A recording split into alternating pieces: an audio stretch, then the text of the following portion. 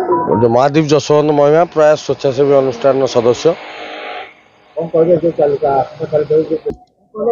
देखु आसंता काली 16 तारीख ठारू सर्वभारतीय क्रिकेट टूर्नामेंट प्रथम थर ढेंकानाल स्टेडियम ठारे मेन स्टेडियम ठारे प्रयास स्वेच्छासेवी अनुष्ठान तरफ ढेंकानाल कप नाम नामित करा जाई एक टूर्नामेंट आरंभ करा जाउची। ए टूर्नामेंट अति उच्च कोटीर टूर्नामेंट करा जाउची।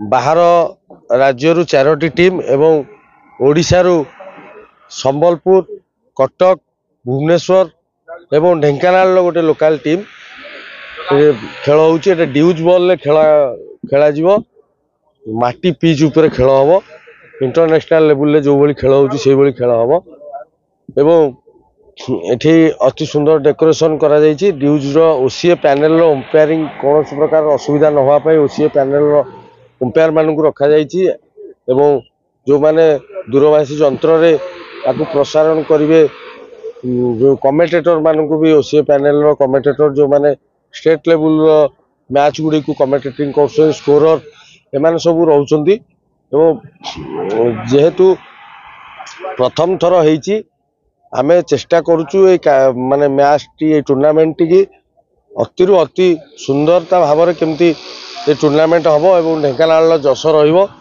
ए प्रयास रे आम मान लागिचु। एथरे पब्लिक भी बहुत खुशी अछंदी। पब्लिक को तरफ रिप्लाई भी आछी जेतोले आमे याकू एडवर्टाइजमेंट करथिलु किछि पब्लिक भी हमको एबे पचारथिले जे केबेठू तम मैच आरंभ आमे या 2 तारीख रु मैच आरंभ रो योजना रखथिलु 2 पर 9 को डेट गुंचितिला किछि स्टेडियम रो कारण जोगु तेन करी आमे फाइनली 16 तारीख रे मैच आरंभ होची। 23 तारीख रे मैच रो फाइनल अछि।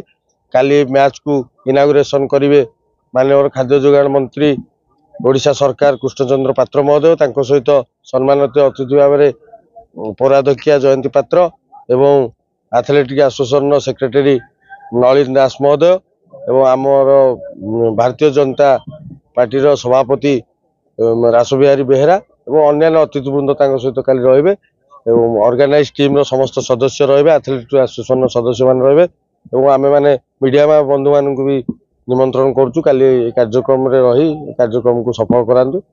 धन्यवाद।